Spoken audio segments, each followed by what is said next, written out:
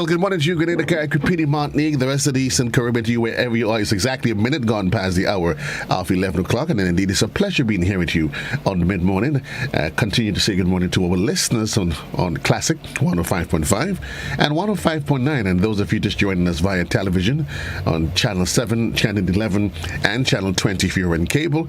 A special and warm good morning to those of you that's on Facebook, and those of you that's following us via the World Wide Web at www.gbn.gd. Your boy JC here with you, continue to keep you company. Somebody asked me a while ago, I was playing Milli Vanilli, and they're like, you really? Like, seriously? But the only good thing, though, is that when they hear a particular song, and from the time we get the intro, they know it's Milli Vanilli, you know that person has an appreciation for the finer things of life. Good morning to you, Janelle Grant Hamlet. Do I speak truth or do I tell a lie? You're trying to sell me out, right? Because not very many young people know about Milli Vanilli, so you're trying to sell me out, but that's okay. No, I wasn't selling you out. Note I did say that it means that person has an appreciation for the finer things of life. You missed that part. All right. Agreed. Right. No, that's the kind of timeless classical music, literally, that, the generations gone by. I had a listener that called me and said to me, JC, I need at least a little bit of country and western. I'm in the office, and I just need to think. Just to think. And that's what music does. It soothes you, And that explains why, when you look at the generations gone by and what we're encountering now with our young people, I say, Hamlet, Lady Janelle, a lot of it has to do with the music, the environment, and that which they're exposed to. Yeah, but either way, it is still a good generation. It's not lost, because believe me, they are a creative and very assertive bunch of young people that would make some of what we took forever to learn. They would just make us look just so, you know what? You imagine with a 10-year-old and they're like, Daddy, seriously, you don't understand that? Okay then, child. But good morning to you. How are you? Where have you been? What have you been up to? We're good at the Child Protection Authority. We're coming up with some new initiatives, and so we're here this morning to share some exciting news. So yes, we're here to talk about a new talk show that we have coming up. But before we get to that, though, the Child Protection Authority, for persons that maybe haven't heard about the authorities, who are you? What do you do? What's your role and function? Yes, we are the agency. That responds to reported cases of child abuse and neglect in Grenada, Carriacou, and Petit Martinique. So we operate out of HAB Street. We changed locations last year, June. So we're no longer on Scott Street. I think this is a good opportunity to state that. We are now opposite the Ministry of Legal Affairs, the Child Protection Authority, and these are the services that we provide: case management, alternative care, and counseling, and public relations services as it relates to getting that message out, which is why I'm here this morning. Getting that message out, and is quite an interesting message, coping with parenting in extraordinary times. Yes. Talk to us about that. Yes, Joseph. So this is a Zoom talk show that we will be having from tomorrow night, every Thursday, from the 17th of March all the way to the 26th of May, 2022. And it's going to be 1 hour from 8 p.m. to 9 p.m. Mm-hmm. We'll be discussing issues that are pertinent to parenting, especially in these times.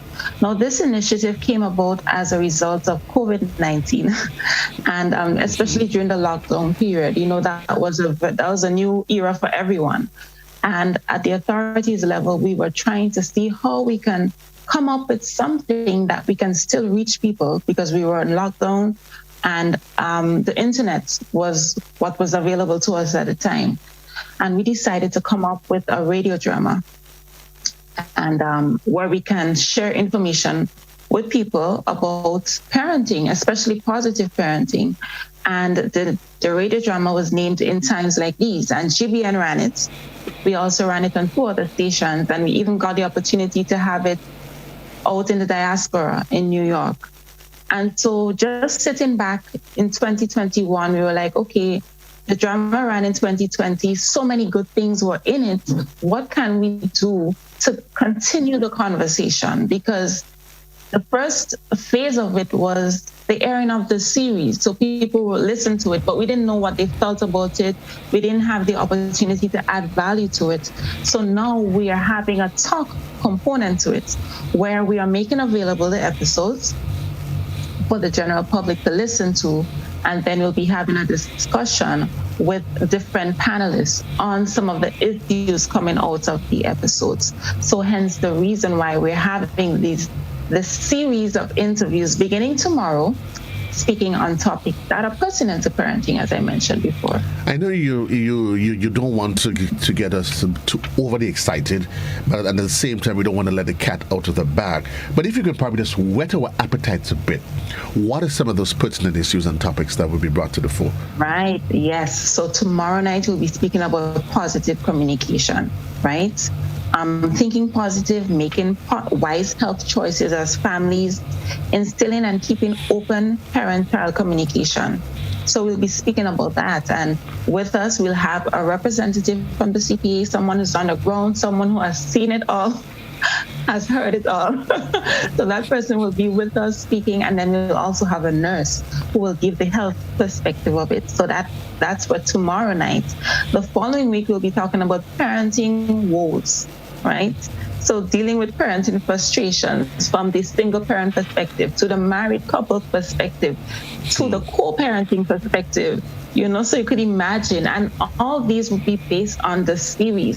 The series is based on two families, an established married couple with one child who seems to have everything more or less good, and then a single parent mother who is struggling with two children under all the challenges of COVID-19 and all the different things that are happening in the family.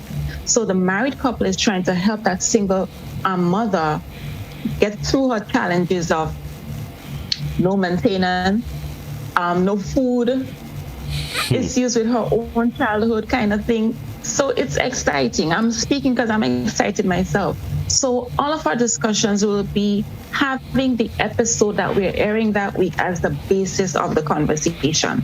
So I already posted the episodes that we're going to be discussing tomorrow night. It's already on our Child Protection Authority page.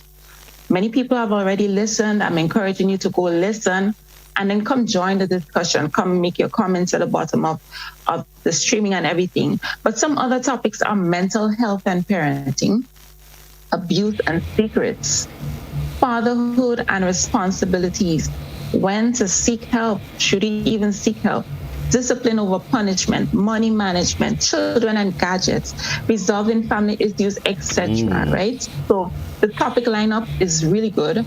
I'm not saying so because I represent CPA, but it's really good, honestly.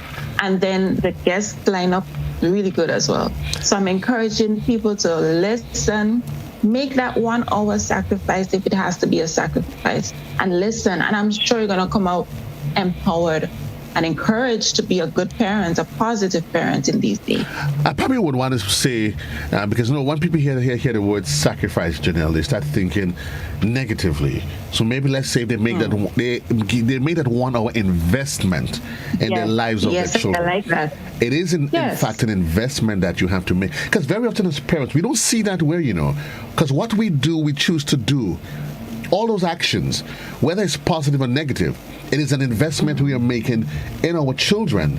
And very often when we see the end product, that might be, let's say, reflected or translated in maybe how they behave, how they may choose to behave, or how they choose not to behave, then we start to chastise them and castigate them, and we tell all the negative things about them. But what I like about the topics, though, they are real life issues. Janelle, they are real life issues. And communication, simple as it may sound, it makes the difference in how a child, he or she, how they see themselves, how they view the world around them. And I think the topics are really, really, really, really, really, really, really they're indeed quite timely. Let me just interject here, because I want to make a little disclaimer, The scenario may seem similar to someone because we try to make it as real as possible. So it's not based on any case that we're exposed to. Right. Anything that seems similar is coincidental, but it's really relatable. really relatable. So you may know someone who is going through something similar. It's simply because it's something that most people go through. It's not based on any of the cases that come to us, right? But I mean, and we chose that format. We chose that format because we have workshops, we have activities, and the turnout might be the same set of people that you get all the time. But we think if we go through the drama, we would get a wider listenership, a wider viewership.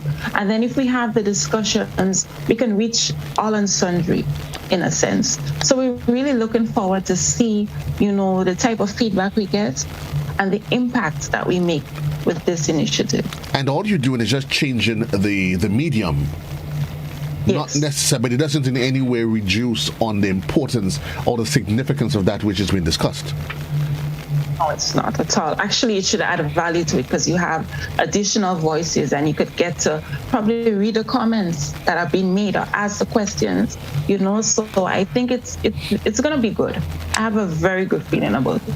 I've got a feeling that tomorrow night and the other nights is really, really, really, really going to be. I probably should play a Black Eyed Peas when I'm through. It's going to be a really, really, really, really good night tomorrow night. Yes. I know there might be persons listening and they might be thinking, this is not a conversation for me. Either probably because they're saying to themselves, I'm too young. I don't have a family. I don't have children. Or maybe, you know what? I'm old enough. I know it all. Should that be they are thinking, or is this something that's open to all and sundry? It shouldn't, and I'm going to use a statement, and I hope it doesn't come across as cliche, but child protection is everyone's business. Everyone's business. So whether you're a child, listening to it, you're going to gain information on all the topics that we spoke about. And you're also going to see it from the child's perspective because you're going to be hearing the concerns of the child. For instance, episode 1 is going to be speaking about, and I must say that the whole drama was set back in the time when COVID was rampant and there were lockdowns and all those things. I know we're slowly and thank God moving away from that, but we should still have that level of concern and precaution as it relates to COVID and any other thing that may be coming. So you're going to be hearing, as a child, you would be hearing a child expressing their concerns about the virus and their concerns about a friend that is being abused, and they have the information and they're sharing it with their mother, but they don't want the mother to tell because the friend doesn't want anyone else to know. So you have those issues coming out there. You have the aspect of the child who is being abused, being afraid to disclose, so you have that. So a young child would follow that. Parents could follow either the parent who wants to intervene or the parent who's going through the issue and not knowing how to seek help, right? People who are not parents could follow it from the point of view of, should I intervene?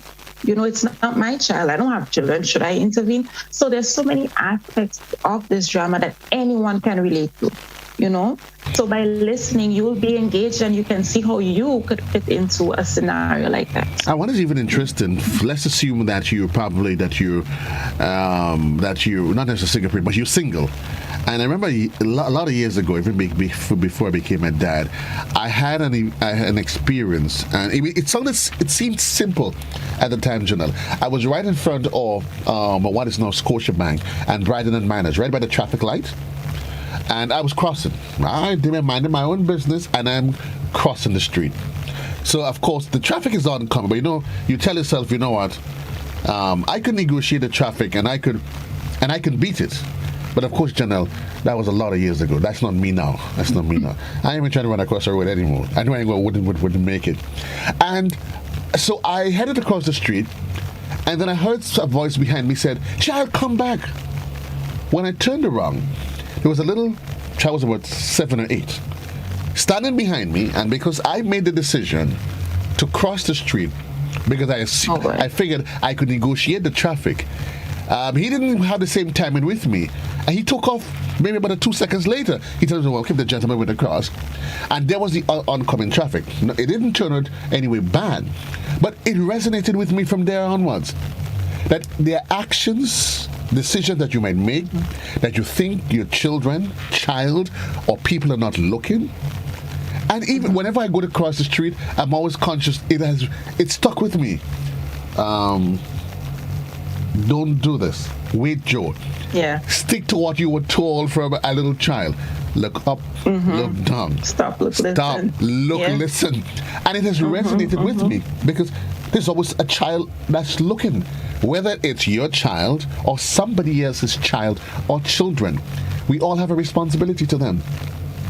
And that's a lesson right there. Who's looking?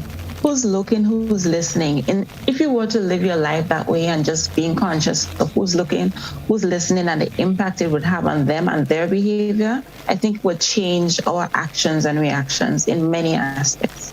And I think it would be good for even persons that are parents, because there are things that you're doing that seems right in your own eyes, and that's because that's what you know, and you think it's the best methodology to either discipline or correct, and then you hear a conversation, you see somebody else's perspective, or you hear them, and then you start thinking, okay, so maybe that's why my child reacts that way.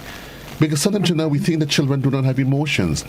And maybe what you see in a child that may come across as being rudeness is maybe that's a child saying to you, listen, I'm hurting, I'm angry, something's happening on the inside. But we're too busy being the parent, thinking that they're just being rude and not recognizing it's a cry for help. Joseph, did you listen to, there's an episode on that. Actually. So you're speaking what's in it. It's so real that even what you just mentioned is going to be addressed in one of those discussions. So that's why you should not be afraid as the Child Protection Authority that people would think it's some case that you're dealing with. Because when it comes to children, even though the experiences may not be detailed in the same details, but certainly when you look at the scenarios, we all have those scenarios. Whether your child is at whatever age that child is at, believe me, the conversation comes up, and I think it is timely and it is pertinent. As we look around our society, we see this increasing violence among our young people, and we're asking ourselves, where to from here? Not realizing that it starts from those very early ages. What they hear, what is it that they are exposed to? Yep. So that's why we're inviting everyone again. Starts tomorrow night from 8 to 9. So 1 hour. Make that investment. Yes. Make that investment and come, and as I said before in a previous interview, walk with your writing implement because you're going to get some good tips. It's laced with tips from start to finish, and you're only going to be more empowered because of it. So we look forward to seeing you on the platform. We look forward to your comments. And share, please. Let it go far and wide, because it's good that we're doing. You're planting good seed, and be part of it, to impact now and the future. And encouraging persons to come with a clear, objective mind. Yes. And reminding yourself that you won't agree with everything. Neither will you disagree with everything. Just be objective about it. Yes. So it's on Facebook starting tomorrow. Yes. Is it the just Child Protection on your Facebook Go page? Ahead, sorry. Is it just your Facebook Child page? Protection Authority Grenada. Yes, so it's going to be on Child Protection Authority Grenada. Yes, and I believe we would have some other people sharing as well. But primarily it will come from our platform. Child Protection Authority Grenada. So it's just a matter of going onto Facebook and putting in Child Protection Authority Grenada. And I think what people should actually do now is to go, pull up the page, like it, set the notification so that tomorrow, in case you forget, because I know there's always competing interest. Yeah, whatever is on cable tomorrow between that time, believe me, you can catch up with it some other time. Yeah, you can catch up with it some other. But tomorrow between 8 and 9, make it an hour that you're going to invest. Just put it that way, 1 hour that you're going to invest. And also, I'm sure you want to make an appeal that is not just a forum just for the females, but it should be mommy, daddy, auntie, uncle. Make it a family affair. To actually gather the family and just listen. It's not anything that would require children not to be present. You could gather your family around, listen, and even have a discussion if you want among yourselves. and listen to the clips. They're already up. Episodes 1 and 2, they're combined, so it's about 8 minutes together. And listen to it and get the juices flowing so that when the conversation starts, you know exactly what platform you're coming from, what foundation you're coming from, because it will be based on those tomorrow night. We did an investment in your children, in your family. Trust me, and that investment has to do more with the child than yourself. I always say, listen to me, I old already. You know what? Yeah, that's it. But your child or children, they are the ones that vulnerable age, and they literally, the life and the environment that we knew that existed 20, 30 years ago, our society has evolved. And there's so many other competing interests that you need to be conscious of the time and efforts that we invest in our children, not just our biological children, but the children in our nation as a whole. 23 minutes onto the hour, gone past the hour. Again, Janelle, remind them where they need to be, why they need to be at that point in time and place tomorrow at 8 o'clock. Okay, so you're going to be going to Facebook on the Child Protection Authority's Facebook page, which is simply Child Protection Authority Grenada. You want to be there from 8 p.m. and stay with us until 9 p.m. because we're having a Zoom conversation on coping with parenting in extraordinary times. You're not going to regret it. So join us tomorrow night and also every Thursday from tomorrow all the way up to the 26th of May. So share the information. We're looking forward to seeing you. We're looking forward to hearing from you. Well, Grenada, I can safely tell you that I have just officially gone onto the page and I'm going to hit follow. So I'm officially. I'm literally getting ready for this.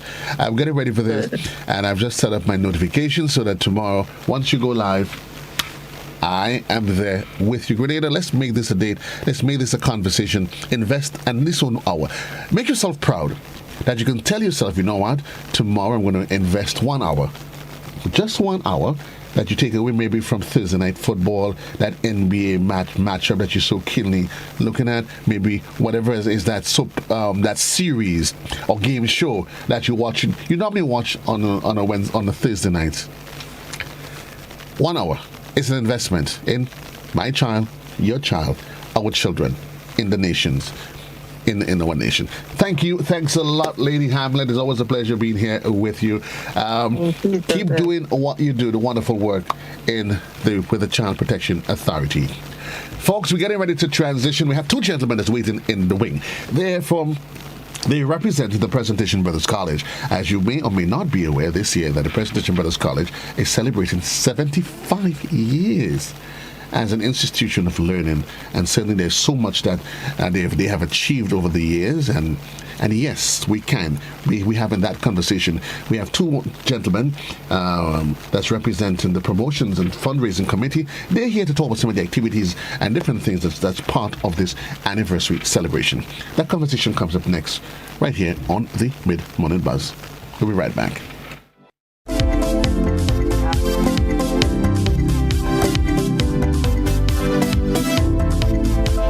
Join GBN on Wednesday nights at 8 p.m. for Interesting Grenadians, a program that showcases the lives of interesting and outstanding Grenadians at home and abroad. It's Interesting Grenadians every Wednesday night at 8 p.m. on GBN.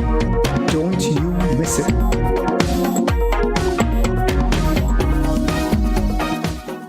Cricket fans, it is happening again. It's the third test in the English Tour of the Caribbean. Join the action line from the National Stadium from March 24th to the 28th. Be part of the thrill and triumph of our beloved game as the West Indies wrap up their three-match series against the English. Follow the action live daily on K105.5 and 105.9 and feel the spirit of the Caribbean.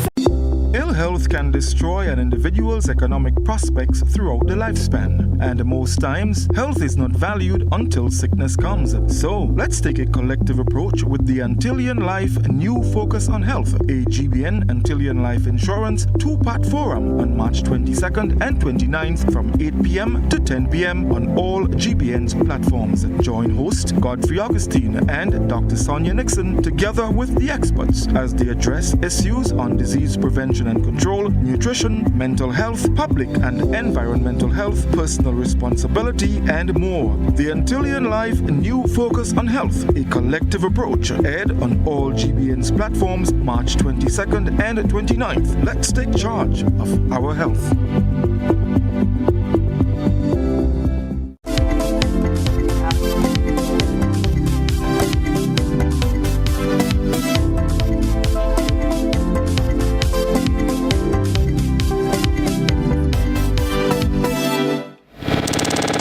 It's just about 27 minutes gone past the hour in the morning time. It's this other classic coupled with us with GBN television. And good morning to you, whether you're viewing on radio, television, or you're on a social media platform.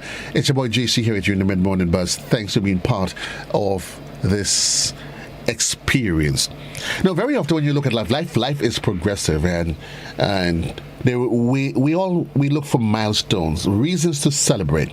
So whether or not when you're younger, you look for the sweet 16, you get to 18, you tell yourself, I'm a big man now, or you're a cricketer, as of course we're getting ready for the second Apex test, and not just the second one, but even more so the third one that's going to be here in Grenada from the 24th to the 28th. Certainly, we look at milestones, achievements. 50, we bought yippee. And then we look forward to 100. But we forget to get to 100, there's series, life is sequential. 75 must be celebrated before you get to 100. And certainly we're here with two past students of the Presentation Brothers College, and certainly they come from different time of the biological spectrum and time clock. I can obviously see that just by looking at them, but I know they share, gentlemen, you share one thing in common: the passion and the love that you exude for your alma mater. Good morning to you, Mr. Philip. Good morning to you, Mr. Simon. Gentlemen, welcome to the program. How are you? Good morning to you, and we appreciate the opportunity to share our programs for the 75th year anniversary. Thank you for having us. Thank you for being here. Mr. Simon? Good morning, and thank you for having us. Morning to your listening audience, and just wanted to be appreciative of sharing this time with you and sharing what PBC has been up to celebrate this momentous occasion, the 75th year since PBC has opened their doors, and look forward to this discussion here today. I almost want trying to figure out if I should be the antagonist that GBSS boy interviewing two PBC boys. I'm almost liking it already. You know, there's always been this age-old rivalry between the two schools, and I know my good old friend Mr. Dubiset, probably I know he's just yearning to get in on this conversation. I know for you, Mr. Philip, the sort of competitive rivalry that existed in your time. For you, Mr. Simon, I think it has evolved now, but certainly that relationship, it is the same. But let's talk about 75 years as an institution of learning. With you, Mr. Simon, let's start with you, because you're the younger of the two. Let's talk about your experience and how the Presentation Brothers College has helped to shape you as an individual. Well, so I started PBC in 2013. I graduated in the class of 2018. PBC has done a tremendous job in shaping and molding me to the young man that I am today. And I'm not just talking about academics-wise, I'm talking about development of soft skills, the skills that you'll be using really and truly in the world of work. These things that I've come to really, obtain. I got that through the various such as the Scout troop, which is actually one of the largest scout troop on island. I was a part of the drum corps. I was also a part with the junior. All these different extracurricular, it really exposed me to a lot of learning that I don't think you'll be able to get or justifiably get in the classroom itself, right? And with those experiences, as well as the guidance with the teachers that were there, these things, they're invaluable. You can't sit down and learn that from a chalkboard, right? So I must say that PBC's commitment to developing, all-rounded gentlemen, young men, it's been quite tremendous. And personally, I owe a lot to what PBC has been given to me. And I know Mr. Phillip is there, he's listening, and he's rolling back the curtains of his memories, and he's saying nothing has changed. I mean, it might be a different dispensation, but what the present, what it offers, it offered back then. They've advanced it, but certainly you can share some of young Simon's sentiments, can't you?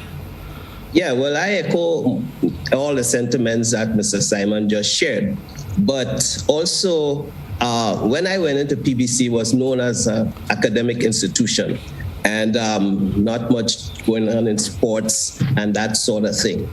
But in the 70s, when I was there, we won the Intercall 3 times. Did you really have to go there? Why you want to start to rile me up now? Talk about Intercall. You really want to? So you have to get that out there, right? And then for minor sports like soccer and table tennis, cricket, we did very well during those times because we had Joseph Cummins, Ewart Lane, and these guys. Joseph Cummins went on to play for Combined Islands, right? So we produced a lot of good athletes. George Goatee Robinson represented Grenada, and so forth, right? So apart from the pure academics, we were really good otherwise. A lot of people may not remember. So that forged a sort of friendship among the students that participated in the sports. It gave us a lot to celebrate outside of academics because we always been good academically. That's nothing new. So that is something to remember. Also, even now, if you look around the institutions in Grenada at this time, you would realize that quite a lot of alumni are heading institutions and things around across the island. So those connections are forged, remain steadfast, and kudos to Mr. Jeremiah for keeping that flag high, raising, so we good. I want to say good morning to my dear old pal Tony Julian, because I know he's there. I know he's listening, and he's beaming with pride. I mean, inside of the walls of the GBN, there's always these back and forth. GBN says PBC SAS. This sort of conversations. But I know when he comes here and I call him, he says, boy. But one of the things that you pointed to, Mr. Simon, and those soft skills. And every often you hear our education officials, they talk about revamping the education system and the need for inclusive education that doesn't just speak to you academically. But I remember even when I was at school, my principal then always said to us, it's not about how much CXC subjects you leave school with, but school is about preparing you to take up your position and your place in life, whatever that place is. And certainly that was current. It stood back then, and certainly it stands today. And that's why you two gentlemen, you're part of fundraising committee, is part of the celebration. But even before you get into the events and so, but let's talk about the celebration, this 75th anniversary, Mr. Phillip. Exciting times, isn't it, for the PBC? Oh, yes, it is. I mean, across the world, as a matter of fact, alumni from everywhere is tuning in. We have stuff set up for people to donate. And so there's a great buzz on the ground in Canada, New York, Europe, in Grenada, which is good. But I just wanted to say something else too. Part of the experience at the school is the discipline which is very critical for life. So you have the academic, but the level of discipline in the college was really, really high. So that taught you how to manage your time, organize yourself in such a way that you could do good academically, but do good otherwise. And those skills are the ones that carry us through up to today. So we have to take note of that as well. Indeed, it cannot. Those skills can never be underscored. I mean, it really carries you throughout the rest of your life. So 75 years celebrating. Let's talk about some. Can you share us some of the activities that marks the anniversary, gentlemen? Yeah, sure. You want me to go, Mr. Simon? Well, I'll give just a brief run on what happened so far, and I'll pass the baton to you. Okay. So far we've had PBC has had 3 events for the 75th anniversary. We had one in January. We had the rededication ceremony at the school. Last month, February, we had 2 events. We had a Twitch event on February 20th, right? And we also had the 75th anniversary mass that was held on February 26th at the Spice Basket. As you can see, what we tried to do is ensure that these events will be able to reach all and sundry, right? With utilizing the virtual means, given the current worldwide situation.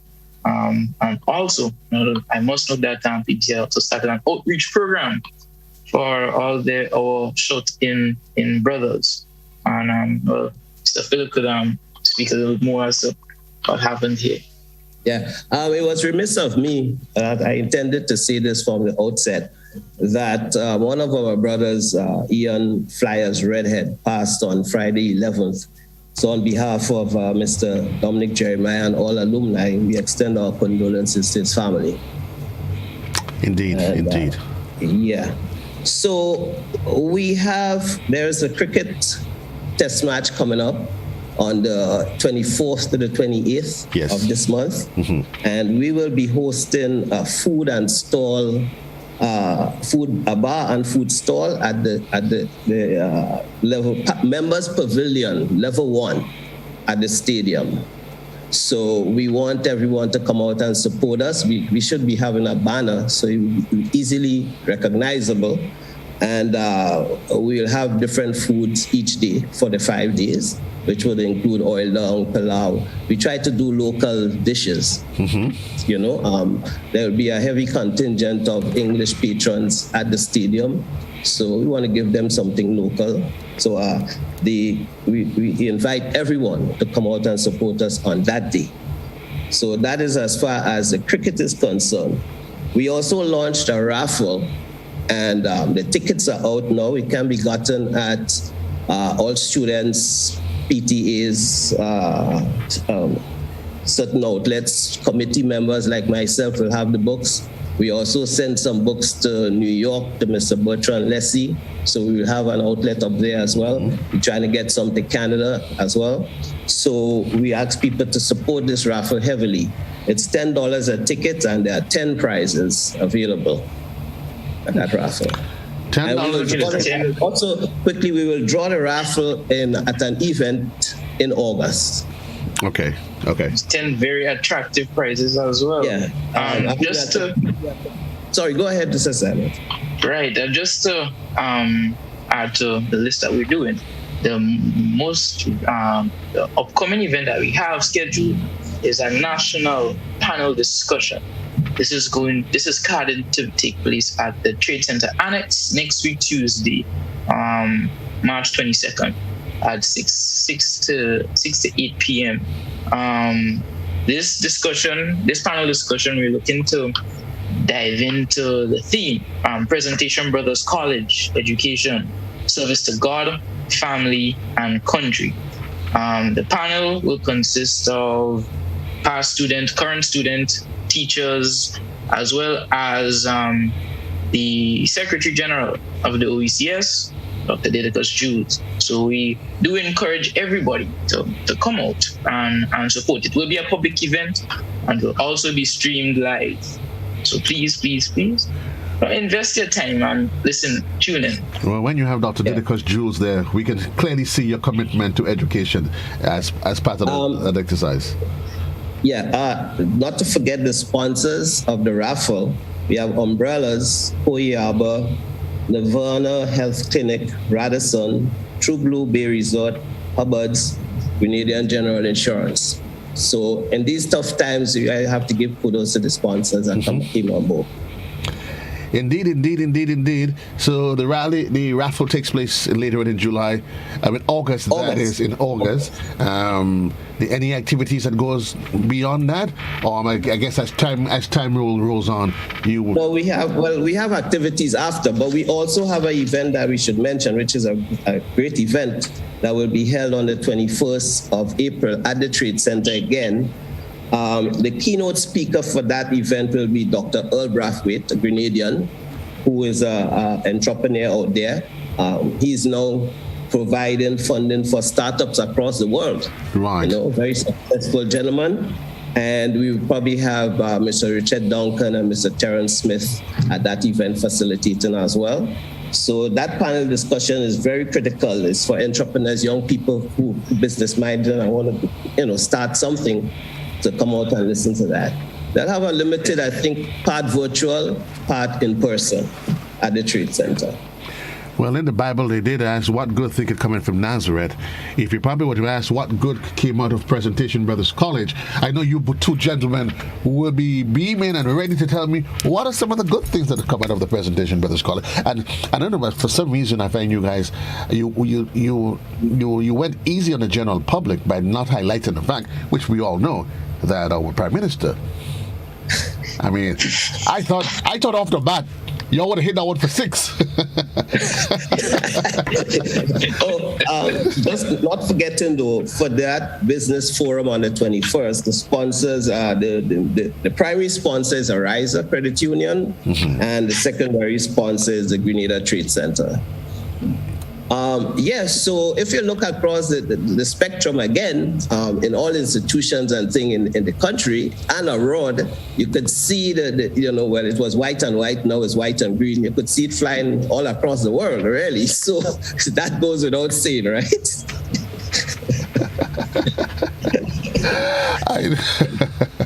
I know. I mean, there's no argument over this. I mean, certainly, I mean, when it comes to the mark that the Presentation Brothers College has made on this geographic landscape, it has been immense, continues to be immense. But let me ask you, gentlemen, before we wrap though, in just a bit, and I want to start with you, Mr. Philip. We continue to grapple with the challenge as it relates to discipline and violence among our young people. We're not talking any particular school now. We're not talking school. But we're just looking at how society has evolved.